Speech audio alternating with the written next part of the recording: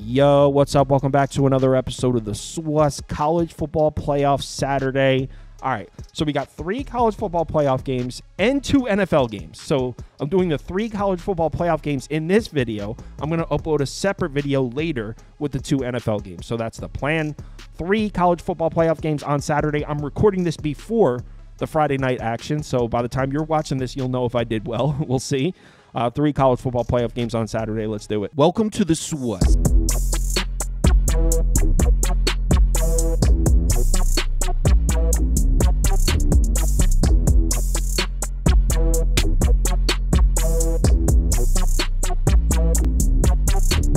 Hey, get the SWUS. All right, SMU on the road in Happy Valley. Penn State is laying 8.5 points at home here. Total sitting at 54. I do see a couple 53.5s. Let's take a look at the pie charts, and according to the data, tickets are coming in on the SMU side. Over 60% of the tickets. Money is about split 50-50. As I always say, take this data with a grain of salt. So let's get into this one. Let's take a look at how these two teams did this season. Both finished 11-2. SMU much more profitable to bet on.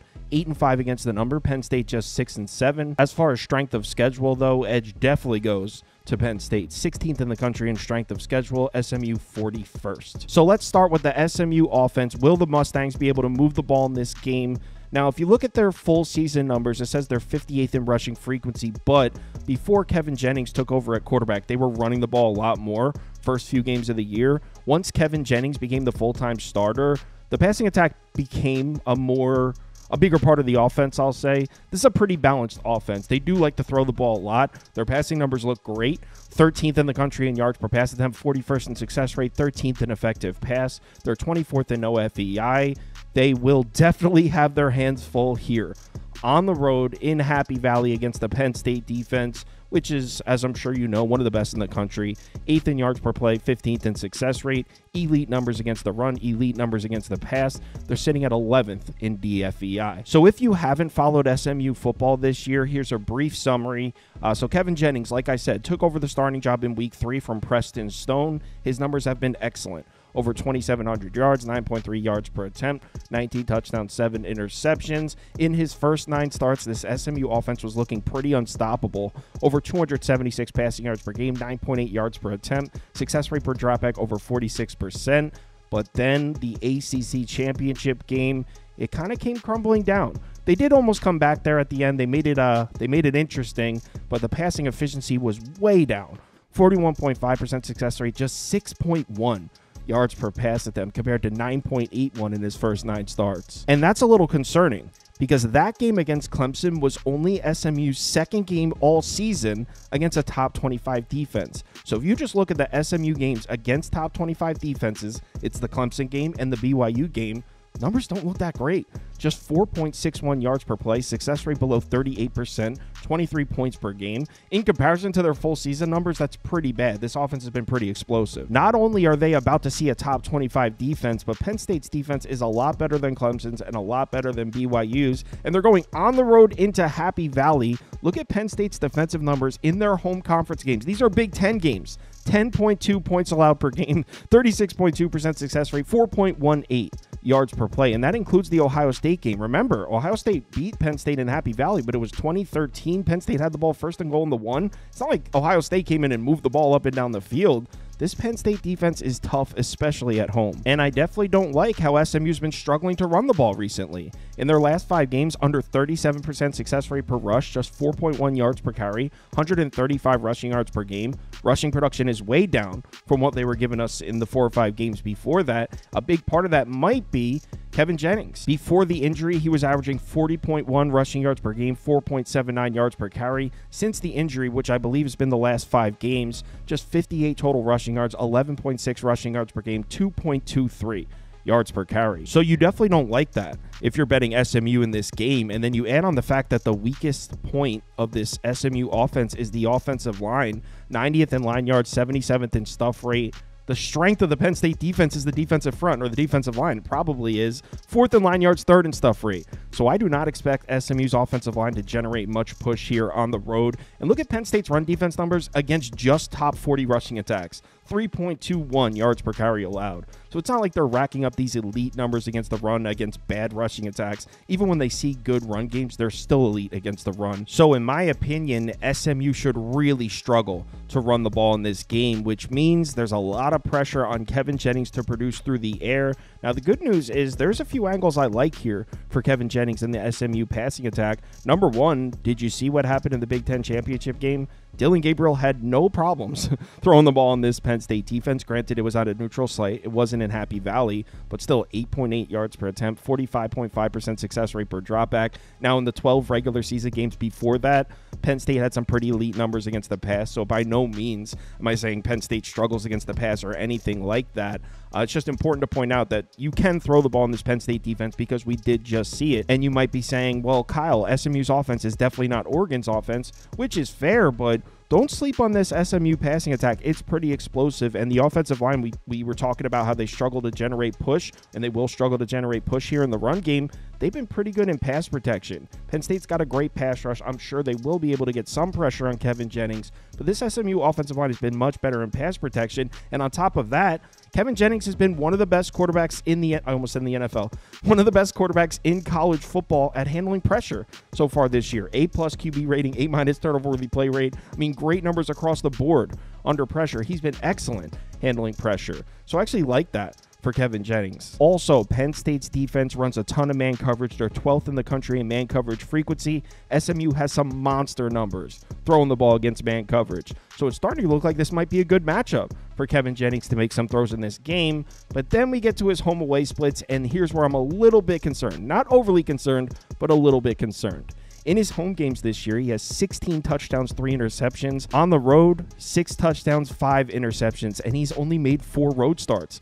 5 interceptions. So he has thrown some picks in his road games. And if you look at his road starts at Louisville, I mean, okay, they're not Penn State though.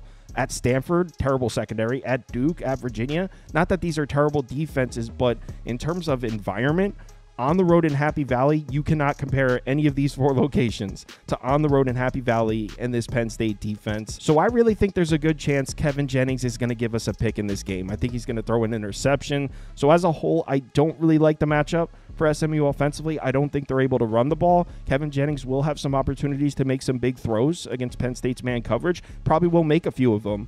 I think he's going to turn the ball over, though. But what about the matchup on the other side? We got Penn State's offense against SMU's defense. Penn State, as I'm sure you know, offense that's looking to run the ball. They're 34th in rushing frequency, although the passing attack has come a long way this year under Kotelnicki. Drew Aller's having a pretty good year. We'll get to that in a second. Penn State offensively is 4th in the country in yards per play, 3rd in success rate, elite rushing numbers, elite passing numbers. They're also going to have their hands full, though, because this SMU defensive front has been so good this year. 3rd in the country in yards per carry allowed, 23rd in success rate per rush. And the Penn State offensive line has had some problems in pass protection this year. They're 98th in pressure rate allowed, 5th in sack rate allowed, so they haven't given up a ton of sacks, but Drew Aller has been under some pressure. SMU creates a lot of pressure. 3rd in the country in pressure rate, so they probably will be able to pressure Drew Aller in this game. That being said, we gave Kevin Jennings some flowers for his numbers under pressure. We can say the same thing about Drew Aller. He's been excellent handling pressure so far this year. A+ turnover-worthy play rate, does not put the ball in harm's way. B QB rating, B+ yards per attempt. So Drew Aller, another quarterback in this game that's been pretty good handling pressure. And what I like about Drew Aller this year, if you subscribe to this channel, you know what I'm about to say because I've said this like 3 or 4 times. I like how the Penn State passing attack has shown up in the big spots. Other than the Ohio State game where they really did struggle to throw it. I mean, look at the Penn State passing numbers against specifically top 40 pass defenses. 48.9% success rate per dropback, over 7.8 yards per attempt. Drew Aller has shown us this year that you can trust him to make throws in big games against tough defenses. He's shown us that several times this year. Specifically, the second half of that USC game was amazing. He was so good in the second half of that USC game. Made some throws in the Oregon game, although they did most of their damage on the ground. We'll talk about that in a second. But I like how this Penn State passing attack has shown up against these tough defenses. Not what we're used to seeing from Penn State's offense in the past. And also, we mentioned how Kevin Jennings has great numbers against man coverage. Well, SMU runs mostly zone They're 32nd in the country in zone coverage frequency. Penn State, one of the best passing offenses in, I almost said in the NFL again, in college football this year, in the FBS this year against zone coverage. 4th, 14th, 11th. So I like the matchup for Drew Aller. I know SMU's pass rush is good. I'm sure they're going to be able to generate some pressure. I think Drew Aller's going to make some throws. To me, the bigger question mark when it comes to Penn State's offense is the run game. We've seen Penn State play one game this year against the top 10 run defense. It was Ohio State, and they really struggled to run the ball. 3.75 yards per carry, success rate per rush under 37%. So you might be thinking, all right, we can't trust Penn State to run the ball against these top 25 defenses. But here's the thing. Did you see the Big Ten championship game? They ran all over Oregon at a level I've never even seen. Over 70% success rate per rush, over 8.3 yards per carry. 292 rushing yards in the game against Oregon. Now, SMU's run defense may be slightly better than Oregon's. Oregon's run defense is probably the weakness of their defense, but it's still Oregon. They're stacked. Penn State ran the ball all over Oregon without a problem. Allen went off, 14 carries, 124 yards, and a touchdown. Singleton went off, 10 carries, 105 yards. Even Drew Aller pitched in, 5 carries, 54 yards, and a touchdown. They had no problems whatsoever running the ball on Oregon. So that puts us in a tough spot. On one hand, we have, hey, Penn State couldn't run the ball on Ohio State. That's a top 10 defense. SMU, probably a top 10 run defense. They can't run the ball. On the other hand, Penn State just ran the ball all over Oregon. I mean, beat them to the ground. Did whatever they wanted on the ground against Oregon. So maybe they can run the ball on SMU. Puts us in a tough spot when it comes to making a prediction. If you are laying the points with Penn State in this game, you definitely like this. So this season, check this out. SMU has only played one game against a top 25 rushing attack. It was Boston College, who, by the way, hasn't even been that good of a rushing attack this year. So only one game against a top 25 rushing attack this year, Boston College. In that game, Boston College ran for 180 yards on the ground, 69% success rate per rush. So the only time SMU saw a top 25 rushing attack, and it was Boston College was able to run the ball in that game. And Boston College played them tough, down to the wire.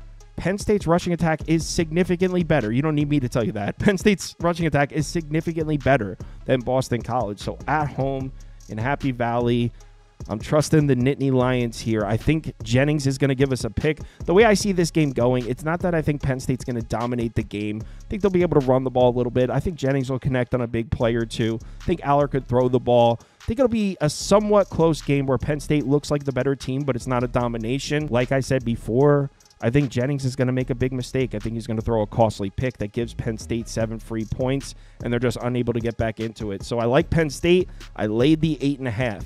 Let's go, James Franklin. Don't let me down. Penn State minus 8.5 next game. Clemson is on the road in Austin. Texas is now laying 12 points at home here. Total sitting at 51.5 pretty much across the board. Let's take a look at the pie charts, and according to the data, tickets are coming in on the Clemson side. Over 60% of the tickets. Money's coming in split about 50-50. As I always say, take this data with a grain of salt. So let's take a look at this matchup and check out how these two teams did this year. Clemson finished the year 10-3, 6-7 against the number. Texas was 11-2, 7-6 against the number. Strength of schedule goes to Texas. Obviously, they play in the SEC. Third in the country in strength of schedule, Clemson 23rd. So let's match these two up on the field. We'll start with the Clemson offense. They're 29th in passing frequency. This is an offense that wants to throw the ball. Also 9th in pace. Both these teams move at a pretty good pace, by the way.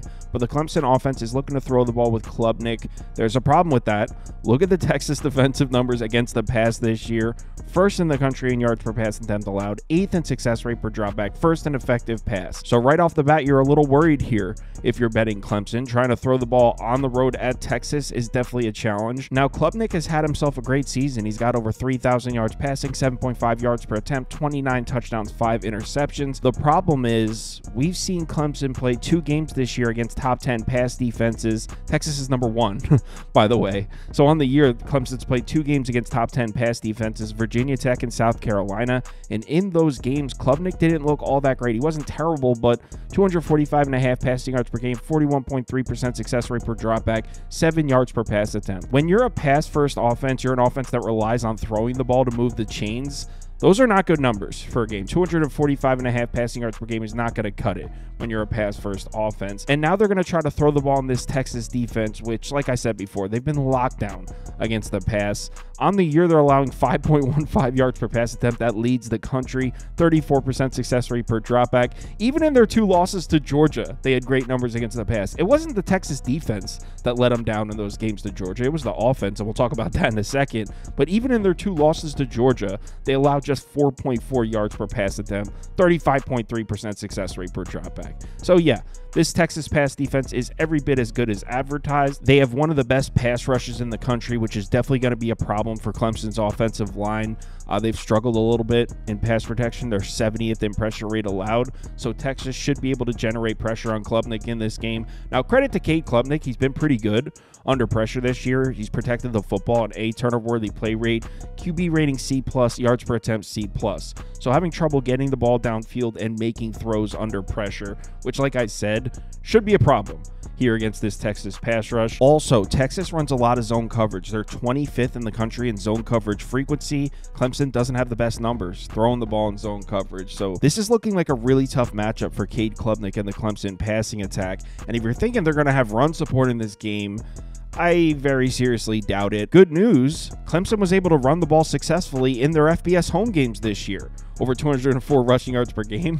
That's good news. Bad news is this is not an FBS home game. They're on the road in Austin for this one. And in their last 2 FBS road games at Virginia Tech and at Pittsburgh, they weren't really able to run the ball. 3.08 yards per carry, 112.5 rushing yards per game, 40.3% success rate per rush. If you isolate it to just their games against top 20 run defenses, it also looks pretty bad. Just 3.6 yards per carry. 44.8% success rate per rush is actually okay.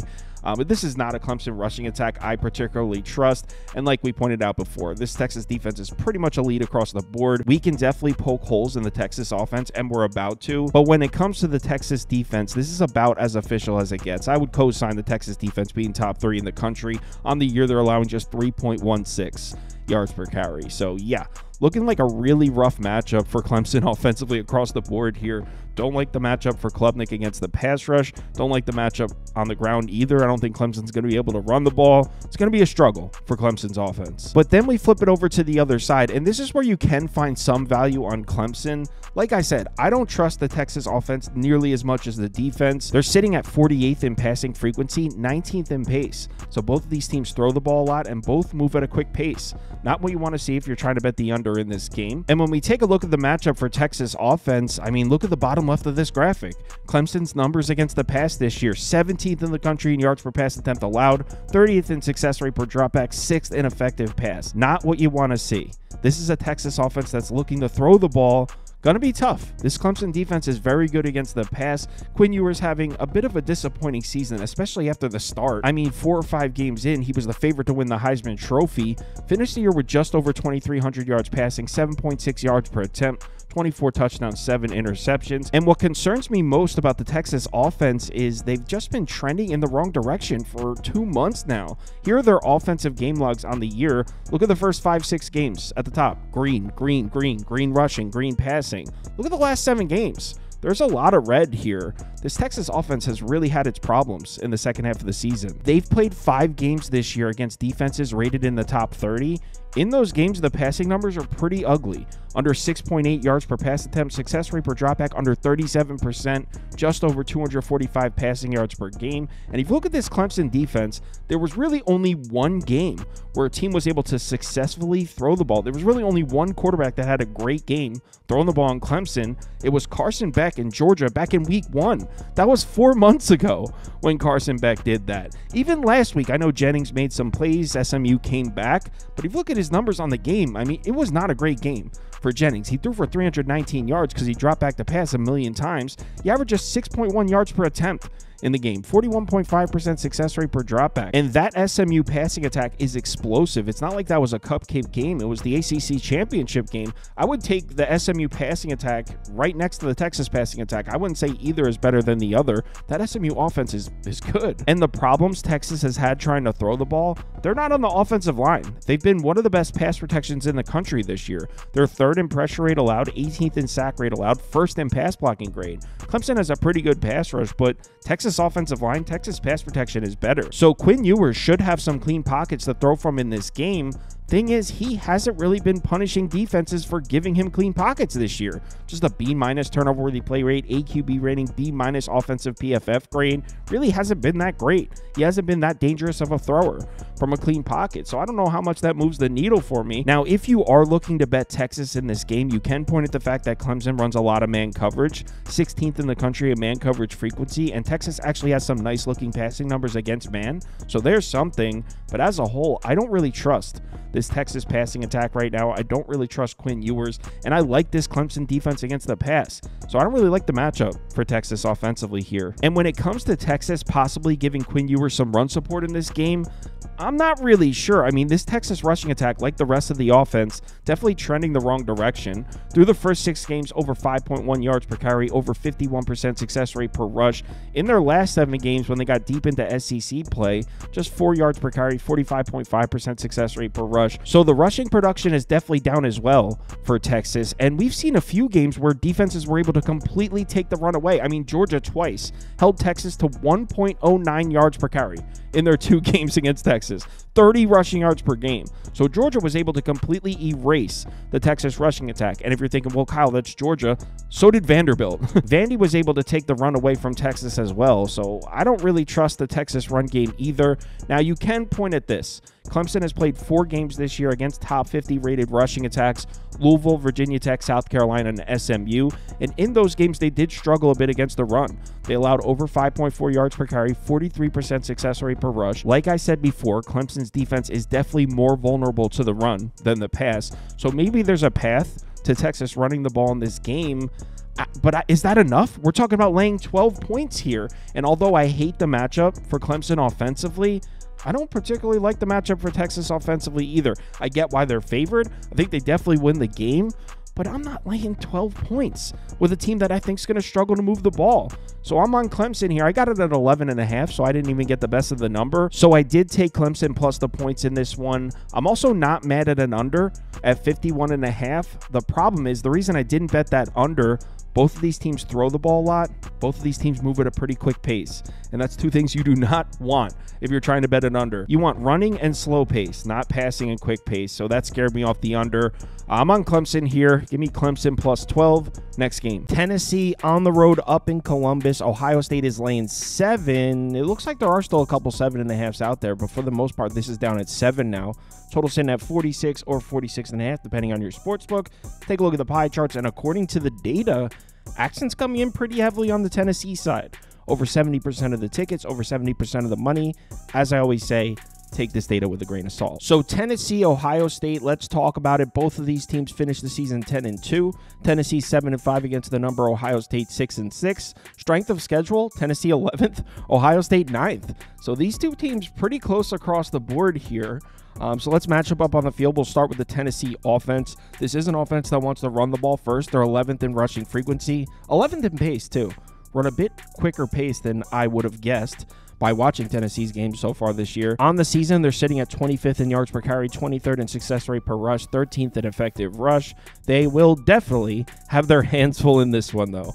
On the road in Columbus, Ohio State defensively, I mean, they're right up there with Texas in the argument of what is the best defense in the country. They're 2nd in yards per play, 1st in success rate. Against the run, first in yards per carry allowed, 12th in success rate per rush. Against the pass, 5th in yards per pass attempt, 2nd in success rate per dropback. So yeah, this Ohio State defense is pretty official across the board here. Tennessee offensively started off the season looking extreme. Over 63 points per game in their first 3, 54.9% success rate, over 8 yards per play. In the 8 games following, just 23.4 points per game, success rate of 42.8%. Yards per play was down to 5.23. In their last 2 games, they seem to recapture some of the offensive magic they had early in the season. In their last 2 games, they were averaging 46 points per game, over 7.1 yards per play. Passing numbers look great, over 8.8 yards per attempt. Rushing numbers look great, over 6 yards per carry. So this is nice. Tennessee's offense came back for the last 2 games of the year, but not as nice when you look at the opponents. UTEP, one of the games was against UTEP. The other one was against Vanderbilt. So, yeah, the Tennessee offense came back for the last 2 games of the year. Important to point out that they played some easy competition. Now, when it comes to the Buckeye defense, they really had one bad game all season. Week 7 on the road in Eugene. And, I mean, let's be honest, Oregon did whatever they wanted against this Ohio State defense. They scored 32 points in the game, over 7.6 yards per play, 10 yards per pass attempt, 341 yards through the air. They also averaged 5 yards per carry, 155 yards on the ground. So Oregon did whatever they wanted against this Ohio State defense. That being said, in their other 11 games, I mean, they allowed 9 points per game. 9 points per game allowed in their other 11 games, under 3.8 yards per play. You couldn't throw the ball in this defense. You couldn't run the ball in this defense. So that one game, Oregon, is just an extreme outlier because this Ohio State defense has been lights out in all their other games. So when it comes to Tennessee trying to run the ball in this Ohio State defense, what I did was I isolated Ohio State's games against offenses that can run the ball. Iowa, Oregon, Nebraska, Penn State, Indiana, Michigan. And I think that gives us a pretty good idea of what kind of rushing production we should expect from Tennessee. Probably in between 3.8 and 4 yards per carry, 35.3% success rate per rush. These numbers are still good here for Ohio State's defense, but it's not the complete shutdown 1.5 yards per carry allowed. So I think this is the sort of rushing production we can expect out of Tennessee. They are a good SEC rushing attack in between 3.8 and 4 yards per carry. Which brings us to the superstar freshman, Nico. What is Nico going to be able to do against Ohio State? Well, as a whole, he's been okay this year. Over 2,500 yards, 8.3 yards per attempt, 19 touchdowns, 5 interceptions. It's very clear that this kid is loaded with talent. When he's on and he's making the throws, I mean, first of all, he's a great athlete, but also he has flashed some serious arm talent as well. I completely understand why this kid was so hyped. That being said, there have been times this year where he definitely looked like a freshman. So there's been a lot of good, definitely some bad as well this season. I got to say, I'm definitely worried about this matchup right here for Nico. The Tennessee pass protection against the Ohio State pass rush. Tennessee's offensive line, not the best pass protection this season. 59th in pressure rate allowed, 74th in hurry rate allowed, 80th in sack rate allowed. Ohio State, obviously, as I'm sure you know, elite pass rush. 18th in pressure rate, 1st in sack rate, 21st in pass rush grade. So that Ohio State pass rush is coming, and they should be able to generate pressure on Nico in this game. And based on what we've seen this season, that could be a real problem for Nico because his production takes a serious dip when pressured. He's actually got great numbers this year when given a clean pocket, but under pressure to sack rate's pretty bad. Takes sacks at a high rate. QB rating takes a drop. He doesn't turn the ball over. B+ turnover-worthy play rate, so at least he protects the football. But some of these metrics under pressure are concerning. Yards per attempt, QB rating, pressure to sack rate. You don't like to see that on the road at Ohio State when your offensive line hasn't even been that great in pass protection this year. So Nico should be under pressure, and I do not like the matchup. Also, Ohio State runs a lot of man coverage. They're 30th in the country in man coverage frequency. Nico does not have the greatest throwing numbers against man coverage. So this matchup just keeps getting worse and worse for Nico on the road here in Ohio State. So as a whole, on this side of the ball, I gotta say I really don't have a ton of confidence in the Tennessee offense here. Although we have seen Nico show flashes of excellence, I'm sure he's going to be a great college quarterback. On the road in Columbus here, it's going to be tough. So I lean towards the Ohio State side. I gotta say, though, on the other side of the ball, I don't love the matchup for Ohio State offensively. This is a balanced offense. They run the ball and throw the ball. But I doubt they're going to be running the ball in this one because Tennessee's defensive front, I mean, I would take Tennessee's run defense over any other run defense in college football. Maybe Ohio State or Penn State right up there. But Tennessee's defensive front, good luck trying to run the ball on this Vols defense. They're 4th in yards per carry, 3rd in success rate per rush, 9th in effective rush. Tennessee's defense as a whole sitting at 4th in DFVI. Ohio State's going to have some problems trying to run the ball in this game. The Buckeyes offensive line, 11th in line yards, 21st in stuff rate. Tennessee's defensive line, 9th and 14th. So going to be a struggle for Ohio State to generate push here in the run game. Also, Ohio State really hasn't been running the ball in their home games. In their last 4 home games, they're averaging 3.55 yards per carry, 41.2% success rate per rush. And that includes the Purdue game where they went nuts. Almost 5 yards per carry, 55.9% success rate per rush. That's included in there. So Ohio State's been struggling to run the ball at home. That's against Nebraska, Indiana, Michigan. Definitely some tough defenses. But Tennessee's run defense belongs in that conversation. In fact, probably other than Indiana, it's better than all those. On the season, Tennessee's allowing 2.85 yards per carry, 34% success rate per rush, allowing less than 100 rushing yards per game. So yeah, this is an official run defense. Ohio State, Not the most dynamic rushing attack, although they have two of the best running backs in the country. The run game hasn't been that consistent. It hasn't been that reliable. I don't think Ohio State's going to be able to run the ball in this game, which means the burden falls on Will Howard. Is Will Howard going to be able to cover a 7-point line throwing the ball? Well, on the season, Will Howard's been pretty damn good. Over 2,800 yards, 9.1 yards per attempt, 27 touchdowns, 8 interceptions, and I like that he showed up in the big games. In their 4 games against defenses rated in the top 30, 51.1% success rate per dropback, over 8.2 yards per attempt. So Will Howard has shown us he can throw the ball against great defenses. We know Tennessee is most definitely a great defense. And speaking of the Tennessee defense, want to know what they've shown us?